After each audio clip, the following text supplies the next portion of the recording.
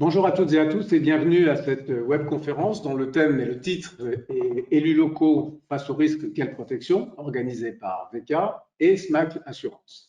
SMAC Assurance est aujourd'hui le leader de l'assurance des collectivités locales. En complément de ses contrats d'assurance, elle développe une gamme de services et d'outils qui permettent aux décideurs territoriaux d'appréhender leurs risques et de mettre en place des plans d'action.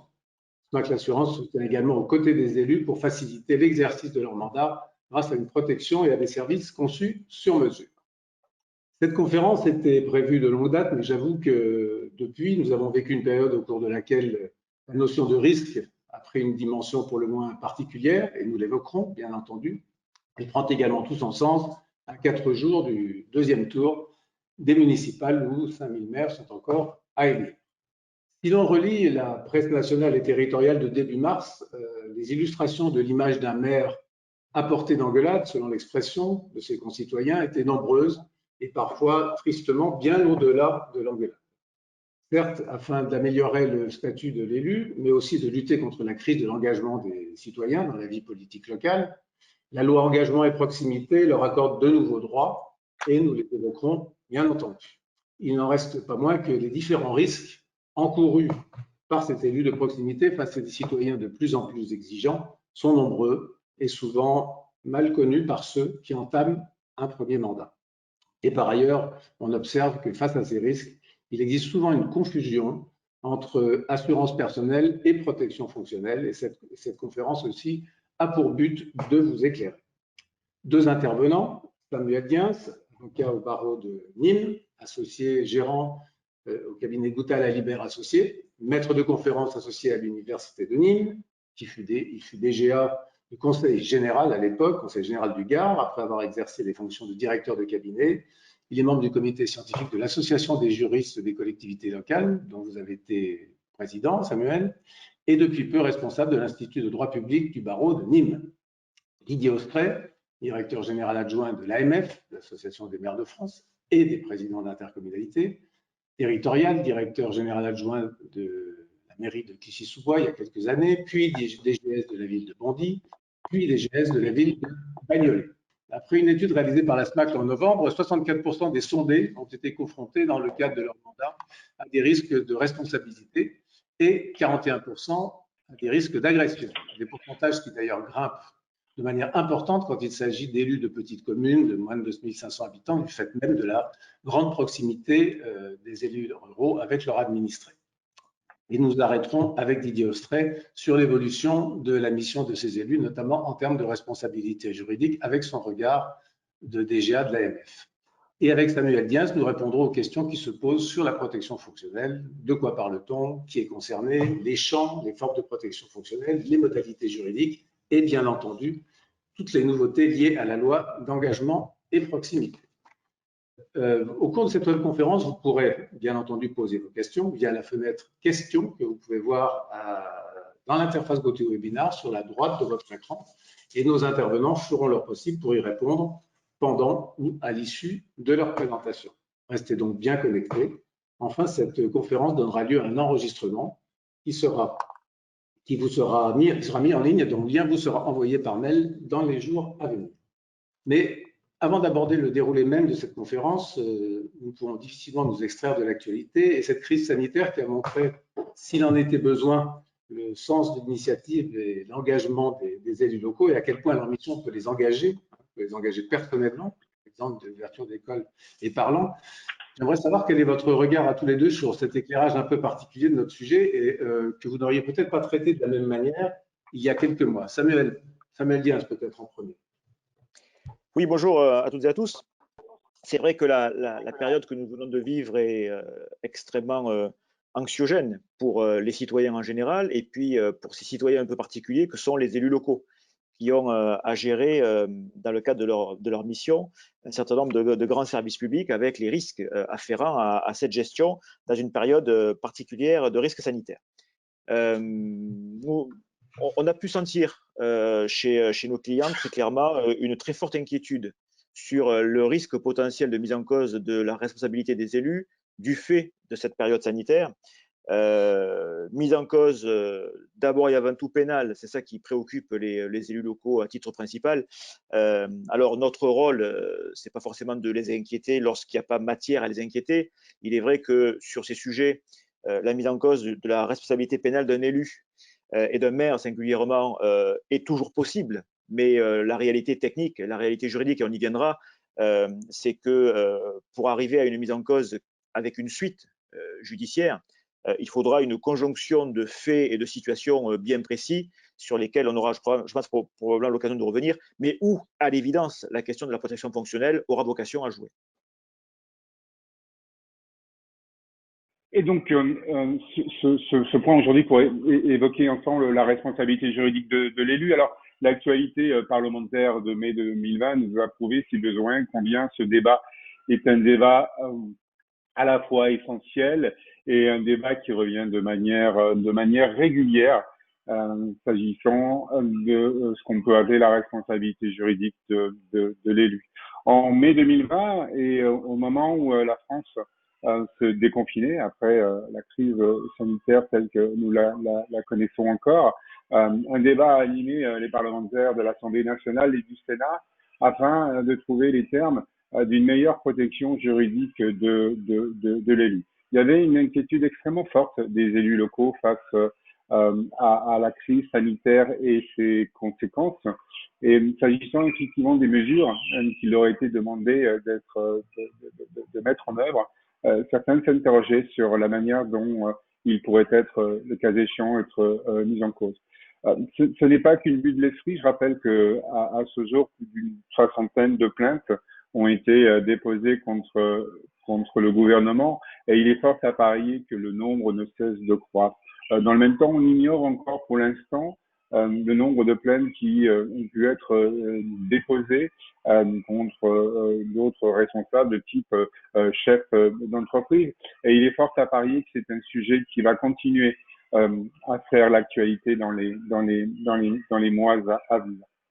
S'agissant des élus, au-delà en fait de la condamnation, ce qui aujourd'hui, j'allais dire, peut provoquer l'inquiétude, parfois même la colère des élus locaux, c'est le risque d'une mise en cause permanente sur chacun des actes ou chacune des décisions qu'ils ont ou qu'ils auraient ou qu'ils devront prendre dans le cadre de la gestion de cette crise.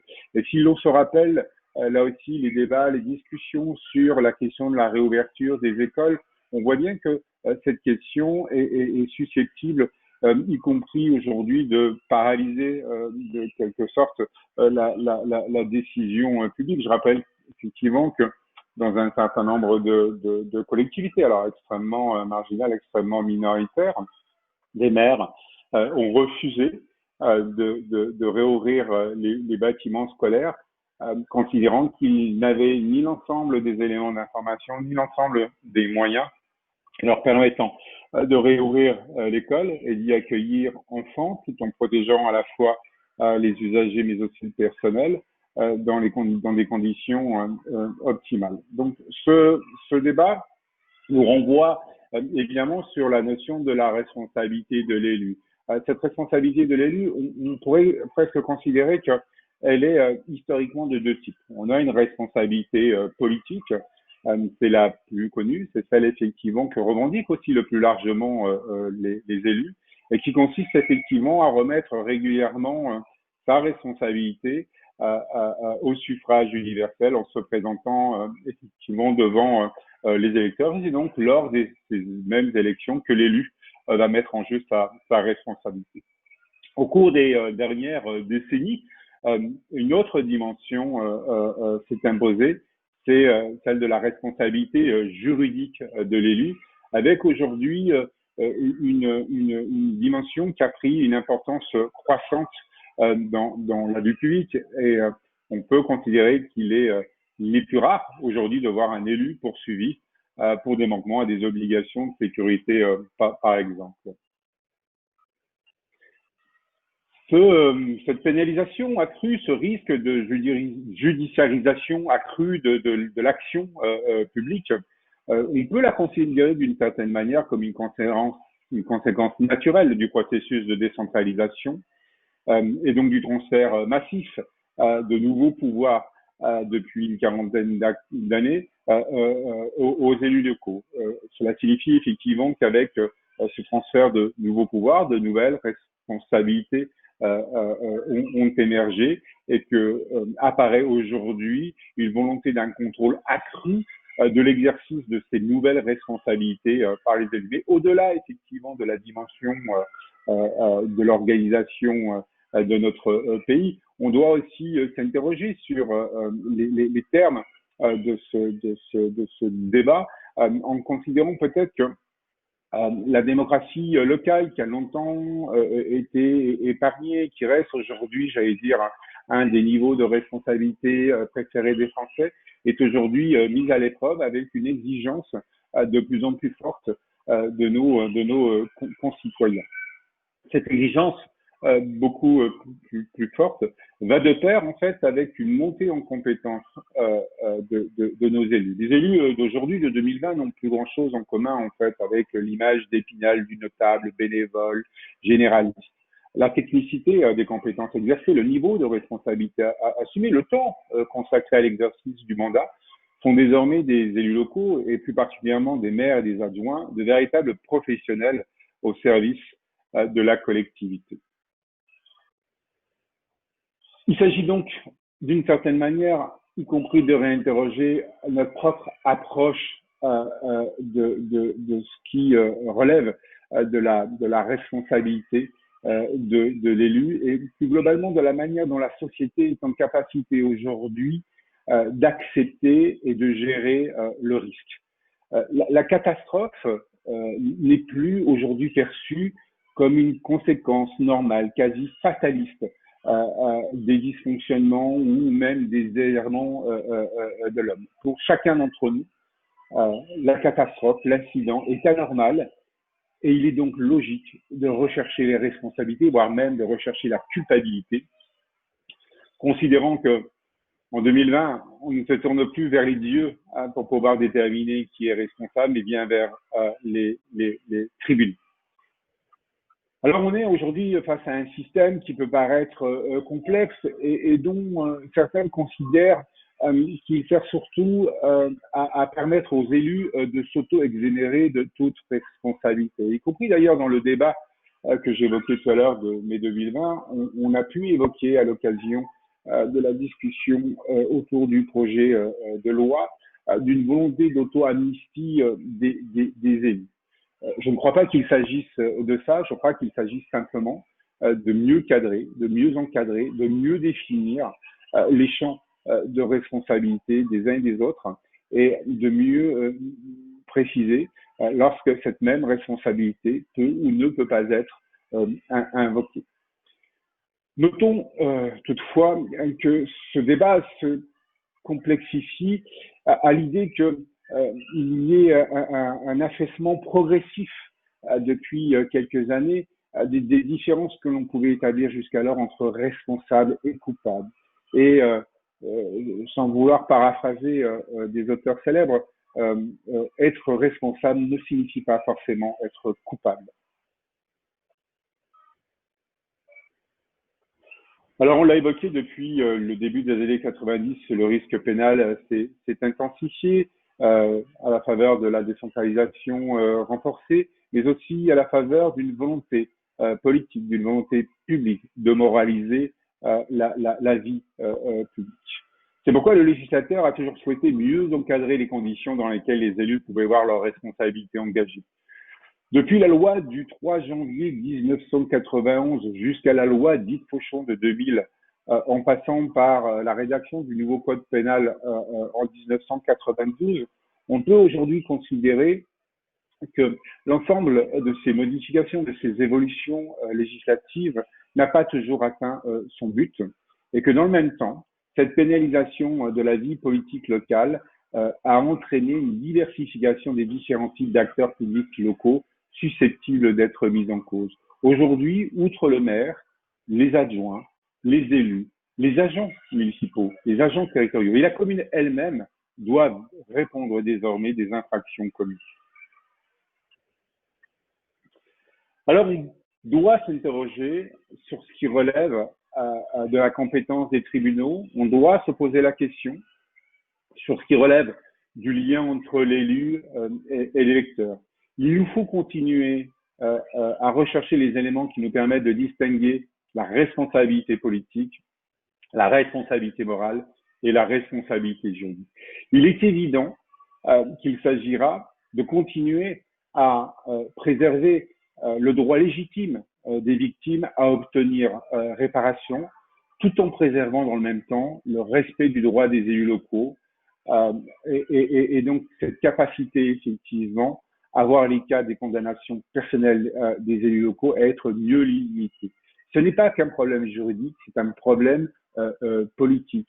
Il ne faut pas s'étonner dans le même temps où les risques sont toujours plus nombreux que la motivation de nos concitoyens à pouvoir demain endosser un mandat, exercer une responsabilité, soit comme différentes études, y compris d'ailleurs co-réalisées par l'AMF, ont plus récemment le démontré. Il y a une réelle inquiétude à devoir ou à pouvoir endosser des responsabilités que d'aucuns considèrent qu'ils ne sont pas les mieux armés pour pouvoir les assumer.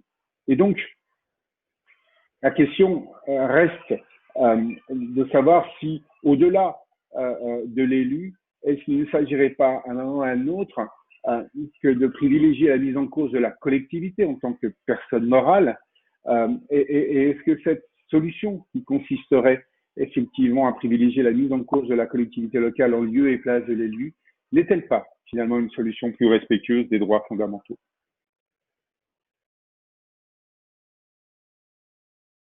Et d'ailleurs, cette responsabilité juridique, elle s'inscrit dans la protection fonctionnelle.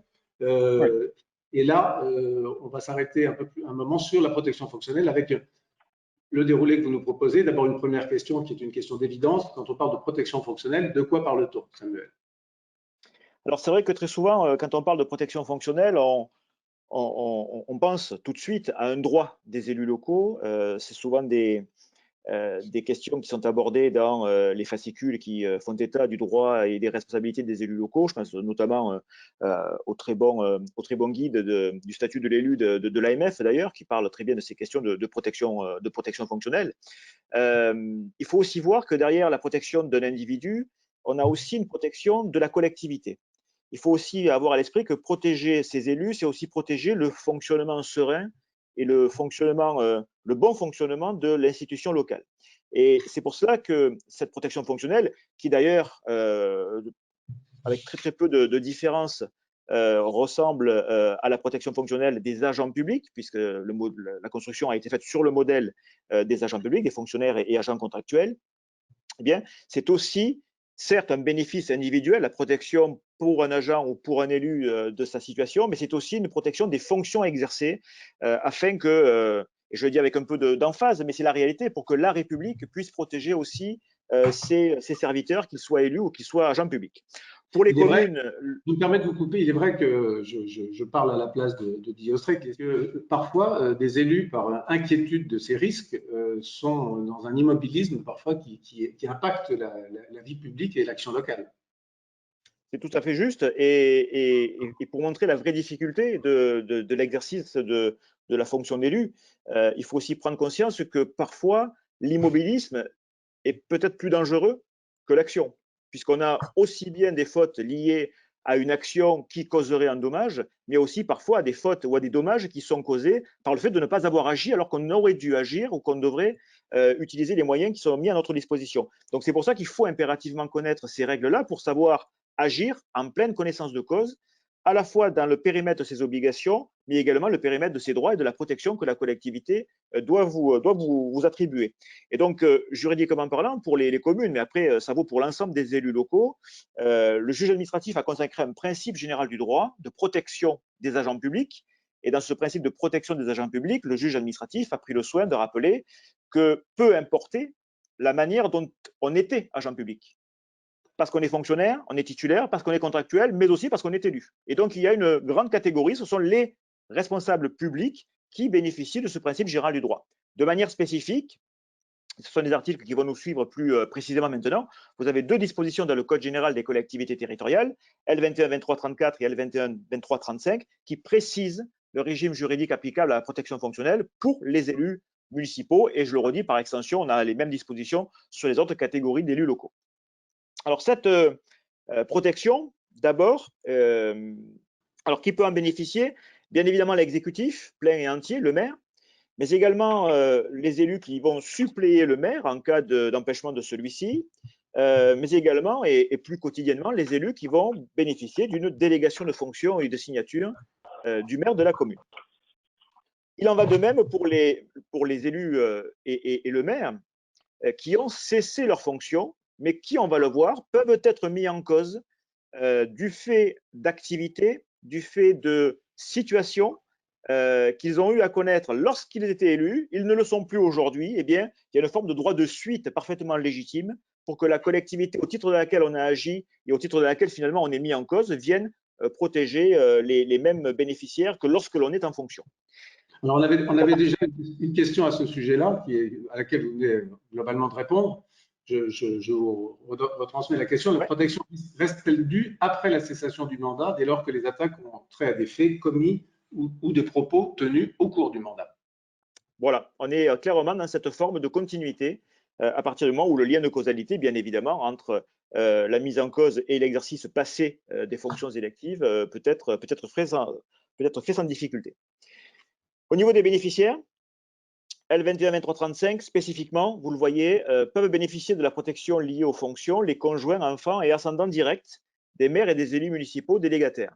Ici, cette disposition fait très clairement écho à un certain nombre de situations particulièrement tragiques, et je pense par exemple à l'affaire du conseil municipal de Nanterre, où on a un déséquilibré qui a eu malheureusement l'occasion d'assassiner et de blesser grièvement toute une série d'élus qui siégeaient à l'occasion d'un conseil municipal.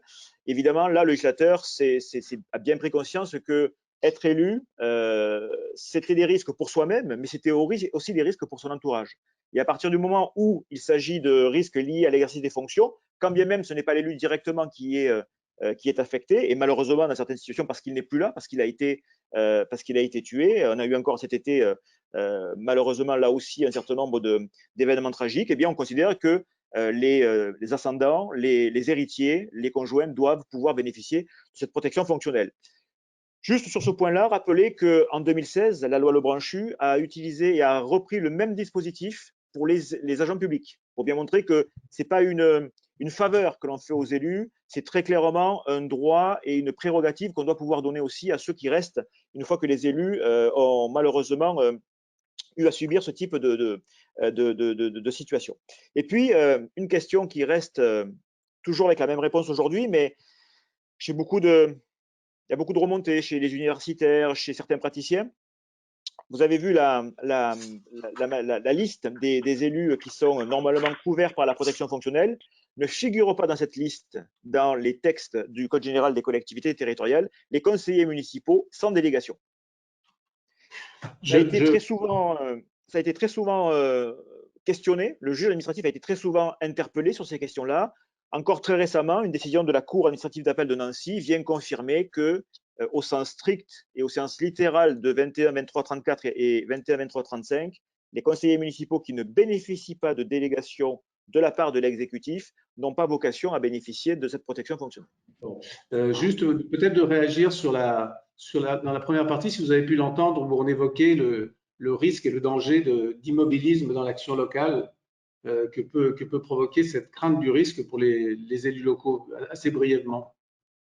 Oui, un exemple tout à fait conjoncturel que vous avez d'ailleurs évoqué préalablement, c'est celui de la réouverture des écoles qui a beaucoup inquiété un certain nombre d'élus qui se sont interrogés sur leur capacité à pouvoir réouvrir les écoles dans de bonnes conditions, c'est-à-dire dans des conditions sanitaires satisfaisantes à la fois pour les enfants, les enseignants, mais aussi pour le personnel municipal, et qui, j'allais dire, parfois ont pu prendre, c'est arrivé, un certain nombre de décisions assez radicales, ne pas réouvrir les écoles, par exemple, par crainte d'avoir leur responsabilité engagée. Donc, si c'est ce qu'on peut appeler une certaine forme d'immobilisme, c'en est une des manifestations. Mais je voudrais juste souligner le fait que ce qui peut être plus grave pour la démocratie, c'est que cette inquiétude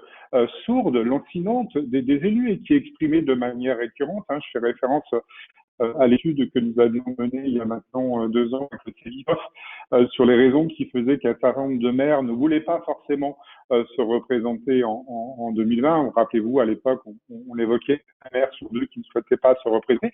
Dans les motifs et dans les motivations de leurs décisions, cette inquiétude d'être mise en cause et d'être inquiété. Et ça peut paraître assez surprenant, mais je voudrais juste rajouter et terminer là-dessus. C'est pas tant effectivement que les élus craigneraient d'une manière ou d'une autre une espèce de sanction dont ils penseraient qu'elle n'est pas légitime, mais c'est simplement le fait d'être mis en cause parfois pour un certain nombre d'élus. La mise en cause est absolument insupportable pour eux.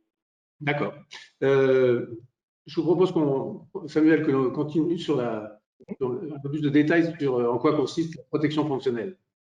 Alors, concernant le champ d'application, le périmètre de cette protection, il y a 2 situations qui dépendent de la collectivité d'élection, et puis il y a un cas particulier que je rappellerai à la fin. La première situation, c'est l'élu qui est pénalement mis en cause au titre de ses fonctions. Donc là, il y a l'article particulier qui concerne cette situation L2123-34, et puis la situation dans laquelle l'élu est victime d'une agression, d'un outrage. On verra l'ensemble des situations qui peuvent justifier le recours à cette protection fonctionnelle, 21, 23, 35. Et puis, ce cas particulier, puisque ça a été clairement dit et justement dit par Didier Austré tout à l'heure, le maire n'agit pas simplement en tant qu'élu de sa collectivité, agent de sa collectivité, mais il est aussi agent de l'État. Et du fait de son élection, il acquiert des responsabilités qu'il va exercer soit sous le contrôle du procureur de la République, soit sous le contrôle du préfet. L'exemple des élections en est un exemple particulièrement d'actualité. Et donc, pour la responsabilité qui pourrait être la sienne dans le cadre des activités qu'il conduit au titre de cette fonction d'agent de l'État, eh bien, c'est l'État qui assurerait cette protection. Et vous le voyez, ce qui est intéressant, pour bien montrer que lorsque le maire agit en tant qu'agent de l'État, il est plus assimilé, juridiquement parlant en tout cas, à un agent davantage qu'à un élu, c'est qu'on renvoie, vous le voyez, à l'article de la loi du 13 juillet 83 qui concerne les fonctionnaires. Et donc, si on veut protéger un maire, en tant qu'agent de l'État, c'est en référence à l'article 11 de la loi de 83, celle qui concerne l'ensemble des agents publics, qu'ils soient titulaires ou qu'ils soient contractuels. Tout ceci montrant qu'on est sur des champs juridiques extrêmement proches entre protection fonctionnelle élue et protection fonctionnelle des agents publics. D'ailleurs, on a beaucoup de questions sur les différences entre protection fonctionnelle de l'élu et des agents publics, mais on y reviendra tout à l'heure si nous avons le temps pour y répondre. Alors, la protection de l'élu pénalement mise en cause. Alors, dans cette hypothèse-là, sachant que les fautes qui peuvent justifier la mise en cause pénale d'un élu peuvent être des fautes qu'on va qualifier d'intentionnelles, au sens du code pénal, c'est-à-dire des délits comme la prise illégale d'intérêt, le délit de favoritisme, le délit de détournement de biens publics. Et puis vous avez l'autre situation, et sur laquelle je pense on reviendra avec Didier Austré de manière plus précise, ce sont l'ensemble des fautes non intentionnelles, de mise en danger délibérée de la vie d'autrui, par exemple, dont certains élus se sont inquiétés dans le cadre de la pandémie, pour faire le lien avec la question initiale de Duc Périnel. Et bien, dans cette hypothèse-là, vous le voyez, la commune est tenue d'accorder la protection à l'une des personnes que l'on a précédemment énumérées, lorsqu'elle fait l'objet, cette personne, de poursuites pénales pour des faits commis dans l'exercice de ses fonctions, à une condition, c'est que ces faits ne révèlent pas l'existence d'une faute personnelle détachable de l'exercice des fonctions. C'est-à-dire, j'ai commis une faute dans l'exercice de mes fonctions, mais on va le voir avec la diapo qui suit, dans 3 hypothèses, on va considérer que même commis dans l'exercice des fonctions, c'est en fait l'individu qui est en cause. Ce n'est pas la fonction, ce n'est pas ma fonction de maire à l'occasion de laquelle je me serais trompé ou je n'aurais pas bien agi, c'est finalement moi en tant qu'individu, qui révèle mes faiblesses, mes imprudences, pour reprendre la vieille définition de 1877 de la faute personnelle. Et donc, vous avez là les 3 hypothèses dans lesquelles la protection fonctionnelle peut être refusé, et même doit être refusé, puisque si on n'entre pas dans l'une de ces trois hypothèses, on doit attribuer la protection fonctionnelle. Donc vous avez la première hypothèse, c'est lorsque la faute révèle des préoccupations d'ordre privé. Alors, vous le voyez, c'est mis en exergue et entre guillemets, c'est qu'on reprend ce que dit le juge. Pour être très très précis, c'est vraiment la grille d'analyse du juge administratif sur cette question-là. Je vous donne un exemple très rapide pour bien cristalliser les idées. Une préoccupation d'ordre privé, c'est par exemple le maire qui va faire acquérir par la commune une voiture de sport au titre de son véhicule de fonction. Là, l'acquisition de cartes de carburant qui vont être utilisées à d'autres fins que les fins professionnelles et électives. Voilà, le juge a considéré que attribuer la protection fonctionnelle dans ce cas-là, c'était peut-être un peu gonflé, et donc par voie de conséquence, c'était davantage l'homme, puisqu'à l'espèce c'était un homme qui était maire, l'homme avec ses faiblesses, davantage que l'élu local qui aurait mal rempli ses fonctions. Deuxième hypothèse, lorsque cette faute, sur la diapo précédente, lorsque cette faute va procéder d'un comportement incompatible avec les obligations qui s'imposent dans l'exercice de fonctions publiques. C'est par exemple le maire qui, à l'occasion de l'installation illégale, certes, d'un campement de Rome, va se livrer à des commentaires dans la presse en considérant que les incendies qui ont été constatés dans la commune sont nécessairement originaires de cette population qui est venue s'installer, et que finalement, on n'aurait peut-être pas dû appeler les pompiers aussi vite. Là, très clairement, on est sur une prise de position, une prise de parole qui va largement, vous le voyez, au-delà des obligations et qui est complètement incompatible avec les obligations dues à la fonction. Puis vous avez une troisième et dernière hypothèse, c'est lorsque la faute, eu égard à sa nature et aux conditions dans lesquelles elle a été commise, revêt une particulière gravité. Là, je vous donne l'exemple d'un maire qui se livrerait, par exemple, à des violences physiques ou à des brutalités dans l'exercice de ses fonctions vis-à-vis d'administrés ou vis-à-vis de son personnel, par exemple, ou lorsqu'on a, et c'est un cas très récent devant le juge pénal, une obstruction volontaire et systématique à la réalisation d'un projet d'un particulier en mobilisant toutes les voies de droit, mais de manière, j'ai envie de dire, presque en poursuivant une vindicte personnelle et pas assurer le respect des règles telles que le maire doit pouvoir le faire. Ce qu'il faut noter, c'est que le juge impose qu'il y ait systématiquement une analyse précise des situations pour savoir si on est vraiment en situation de faute personnelle ou pas. Pour le dire autrement, il ne s'agit pas de se dire, par exemple, j'ai mon élu qui est renvoyé en correctionnel pour prise illégale d'intérêt, c'est forcément parce qu'il a commis une faute personnelle. Non. La prise illégale d'intérêt, notamment, comme le délit de favoritisme, on peut le commettre sans avoir nécessairement eu l'intention réelle, c'est en tout cas davantage vrai pour le favoritisme, parce qu'on s'est simplement trompé dans la mise en œuvre des règles de la commande publique, par exemple. Et donc, vous le voyez, le juge impose, pour être vraiment totalement honnête, intellectuellement parlant, vis-à-vis des élus, que ce n'est pas parce qu'il y a une faute pénale qui est invoquée que c'est automatiquement une faute personnelle qui exclut le bénéfice de la protection fonctionnelle. Il faut une lecture dossier par dossier, au cas par cas, de la situation. Alors, sur donc, on était sur… oui. Il va falloir peut-être qu'on passe un peu moins de temps, oui, pour qu'on puisse répondre aux nombreuses questions qui nous arrivent. Bien sûr.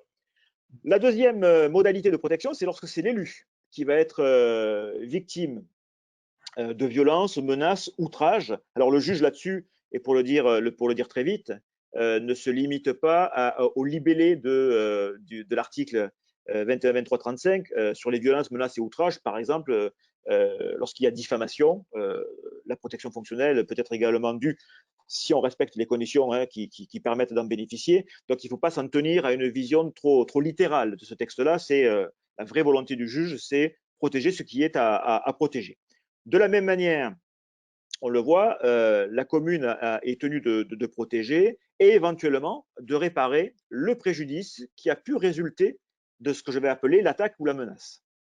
Dans cette hypothèse-là, si la commune indemnise l'élu des dommages qu'il a pu subir, la commune bénéficie du droit de se subroger au droit de la victime, c'est-à-dire de remplacer la victime dans l'exercice de ses droits et d'aller directement à l'encontre de l'auteur des faits pour demander le remboursement des sommes qui ont pu être versées au titre de cette responsabilité que la commune a vis-à-vis de son élu.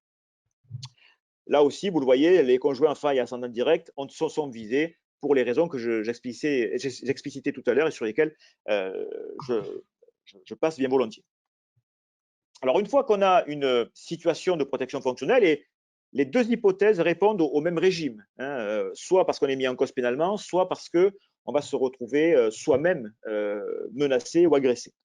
D'abord, une première démarche qui est une demande formelle, express et très détaillée. L'idée, c'est qu'il ne doit pas y avoir de doute sur le lien entre les faits que vous avez subis ou les faits qu'on vous reproche et l'exercice de vos fonctions. C'est la seule condition véritablement importante à démontrer, c'est qu'il y a un lien de causalité entre les deux. Après, on se posera la question de savoir s'il y a faute personnelle ou pas, mais j'ai envie de dire formellement, il faut tout de suite montrer et tout de suite détailler la situation. La deuxième question qui se pose, c'est quelle est l'autorité compétente pour statuer? Alors, il y a eu pour les agents publics récemment, il y a 2-3 ans, un trouble. On ne savait plus qui devait statuer sur la demande de protection fonctionnelle des agents publics. Est-ce que c'est l'organe délibérant? Est-ce que c'est l'exécutif en tant qu'autorité territoriale, chef du personnel? Les questions sont réglées, les choses sont simples. Pour les élus qui sollicitent la protection fonctionnelle, c'est l'organe délibérant qui doit, par une délibération, statuer sur la demande d'octroi ou de refus. Pour les agents publics, les choses sont claires désormais, c'est l'autorité territoriale qui doit statuer sur la demande de protection fonctionnelle de l'un de ses agents. Délibération du Conseil, respect des impératifs, j'ai envie de dire, classiques du droit à l'information des élus locaux sur les affaires qui relèvent de la collectivité. Il faut donner les informations nécessaires pour que les élus puissent apprécier si oui ou non il y a matière à attribuer ou à refuser la protection fonctionnelle. Et puis j'insiste sur un dernier aspect, alors parce que c'est peut-être les domaines sur lesquels je travaille le plus aujourd'hui au sein du cabinet, mais la question de la prévention des conflits d'intérêts. Mettons-nous dans une situation très concrète. Le maire fait l'objet d'une attaque, quelle qu'en soit la forme. Évidemment, il va solliciter la protection fonctionnelle. Le régime général applicable aux délibérations, et vous le savez, interdit qu'un élu local prenne part aux délibérations dans laquelle ou pour lesquelles il peut avoir un intérêt. Dans cette hypothèse-là, il faut éviter, bien évidemment, pour éviter d'avoir à redemander pour un autre motif plus tard la protection fonctionnelle, de ne pas présenter le dossier, sortir, laisser le conseil municipal délibérer et laisser ensuite un adjoint signer les délibérations par lesquelles la commune aura décidé d'attribuer la protection fonctionnelle pour le maire. En revanche, lorsque c'est un autre élu qui rentre dans les catégories que l'on a rappelées tout à l'heure, à ce moment-là, le maire, bien évidemment, peut assurer sa fonction de maire et donc de présidence de la séance. Mais il faut être très attentif à ces situations-là. On a une question, par exemple, je pense à la Cour administrative d'appel de Douai, qui est venue mettre en cause le fait qu'un élu a participé, un maire a participé à la délibération par laquelle le conseil municipal devait statuer sur la demande de protection fonctionnelle de ce maire. Donc, il faut vraiment être attentif à cela. Avant qu'on dise 2 mots sur la mise en œuvre opérationnelle de tout ça, une question sur comment une commune peut-elle fixer le montant de l'indemnisation due à l'élu? Alors là-dessus, on a plusieurs aspects. Oui, bien sûr. Alors, le premier élément, c'est qu'il faut objectiver autant que possible les différents postes de préjudice. Lorsque l'on est sur du préjudice matériel, physique, évidemment là, on a toute une série d'évaluations par des experts qui peut être réalisée et donc on va se fonder objectivement sur ces situations-là. Lorsqu'on va davantage être sur des questions de préjudice moral, c'est là où j'ai envie de dire il faut que l'élu soit peut-être beau joueur et qu'on n'ait pas forcément l'intention d'aller sur de l'indemnisation à un coût très très élevé sur ces questions-là. Très bien. Alors, je propose qu'on pose une question à nos internautes, qui d'ailleurs est une question qu'ils nous posent, donc on va avoir leur réponse. Selon vous, la protection fonctionnelle étant un droit, faut-il systématiquement une délibération pour l'attribuer? Donc, vous répondez par oui ou par non. Vous avez une réponse sondage là sur vos écrans et nous analyserons vos réponses et soumettrons les résultats à nos 2 intervenants. La mise en œuvre opérationnelle, Samuel, et puis peut-être une accélération vers la fin de votre propos. Alors pour terminer, concernant la mise en œuvre opérationnelle de la protection fonctionnelle, quelques conseils par expérience au nombre de dossiers qu'on a à gérer pour cela. D'abord, statuer promptement. Promptement ne signifie pas nécessairement le plus rapidement possible. Il faut avoir un certain nombre d'éléments objectifs pour pouvoir se positionner. Mais ne laissons pas pourrir une situation. On a un élu qui est déjà en difficulté parce que soit il est mis en cause pénalement, soit parce qu'il a été, entre guillemets, agressé ou mis en cause. Donc, inutile d'en rajouter. Mais il faut aussi préserver les décisions de la collectivité et donc avoir un certain nombre d'éléments objectifs permettant de statuer. Le deuxième élément, c'est la gestion des effets de la décision accordant la protection fonctionnelle.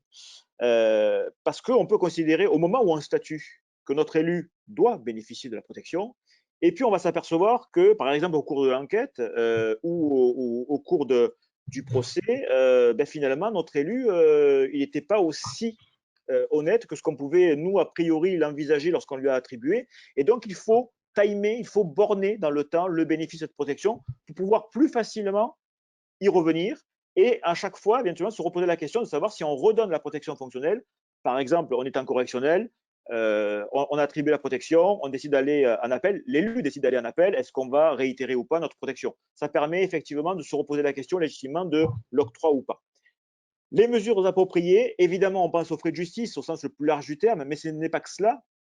Et d'ailleurs, pour faire le lien avec la quatrième recommandation, et puisque la loi engagement et proximité a prévu, la protection fonctionnelle, c'est beaucoup plus large. On a souvent une idée de protection fonctionnelle égale protection juridique liée aux frais de justice. Ça peut être bien plus que cela. Ça peut être l'accompagnement psychologique parfois parce que des élus ont été largement secoués.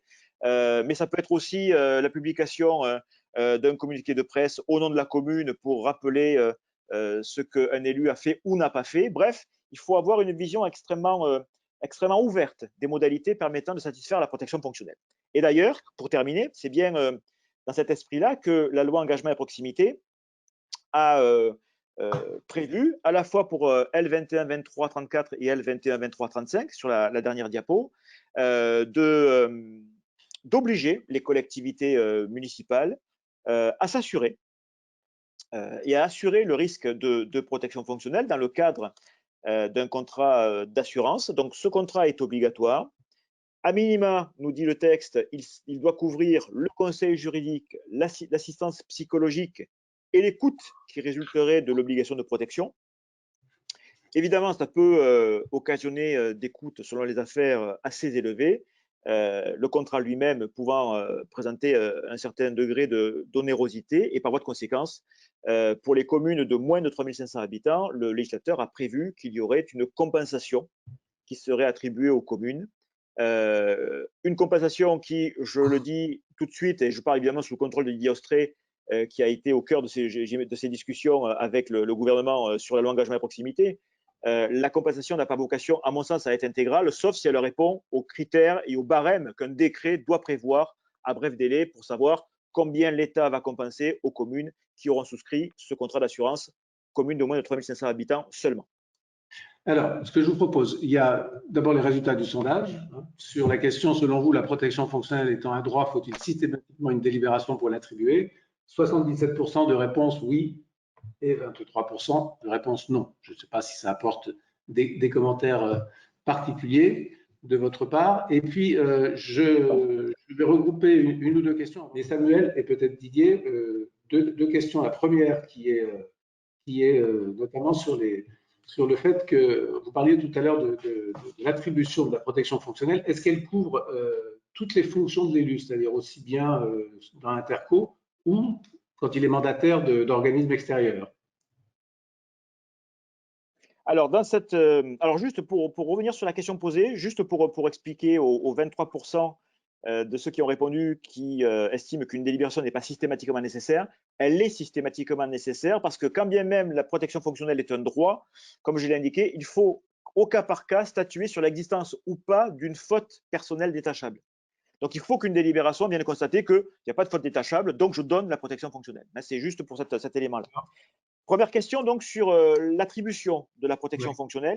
Le plus rapidement possible, je suis désolé. Dès lors que vous êtes dans une structure publique, et je fais écho au principe général du droit que j'ai indiqué, vous avez droit à la protection fonctionnelle. Soit parce que vous exercez une fonction élective en tant qu'élu municipal, soit parce que vous exercez une fonction dans un établissement public dans lequel vous avez pu être effectivement désigné au titre de vos fonctions municipales. L'établissement public vous couvrira au même titre que votre commune dans le cadre de la protection fonctionnelle. Très bien. Et puis deux questions que je regroupe. Comment borner l'octroi d'une protection fonctionnelle et est-ce uniquement les frais de justice? Quels sont les coûts en question? Alors, Ouais, je vais essayer de répondre le plus précisément possible. Comment borner? Tout simplement, par exemple, prenons l'exemple d'une mise en cause pénale, en liant l'octroi de la protection fonctionnelle à la seule instance, à la seule première instance. Une fois que le tribunal correctionnel, par exemple, aura eu à se prononcer, eh bien, la protection fonctionnelle tombe. Si on décide d'aller en appel, il faudra ressaisir sa collectivité pour pouvoir éventuellement avoir de nouveau l'octroi de la protection. Les frais qui sont à prendre en charge, les frais de justice, mais pas que. Hein, on l'a dit tout à l'heure, il y a aussi des frais de déplacement, tout bête. Il y a aussi parfois des frais d'expertise. Donc, c'est l'ensemble de ces frais qui peuvent être pris en compte. Mais la jurisprudence est claire là-dessus. Une collectivité n'a pas forcément à prendre en charge la totalité de ces frais lorsque notamment elle estime que certains sont inutiles ou, ça peut arriver, tous les confrères connaissent cette situation-là, où lorsqu'on va avoir des demandes de frais de justice extrêmement élevés, disproportionnés par rapport à la réalité du dossier ou par rapport à la difficulté de traitement du dossier, et donc la collectivité peut être conduite à moduler. La Cour d'appel de Paris a validé, à la fois pour les élus et pour les agents, la possibilité pour la collectivité d'emploi de pouvoir moduler, mais à condition que cette modulation ne vienne pas finalement réduire à néant la protection fonctionnelle. Il faut être là aussi très, très précautionneux dans l'appréciation que l'on va faire du caractère proportionné ou disproportionné des frais engagés. Je voulais vous remercier tous les deux pour votre disponibilité, pour la qualité de vos propos et puis votre souplesse. Pour tous ceux qui n'auraient pas eu de réponse à leurs questions, VK continue, il y en a. VK continue à vous accompagner par le biais de son service VK en ligne qui vous permet de poser vos questions d'ordre réglementaire par téléphone à des experts du secteur public. Merci donc à vous deux, vraiment. Merci à VK et à SMAC Assurance de nous avoir permis de réaliser cette webconférence et à très bientôt.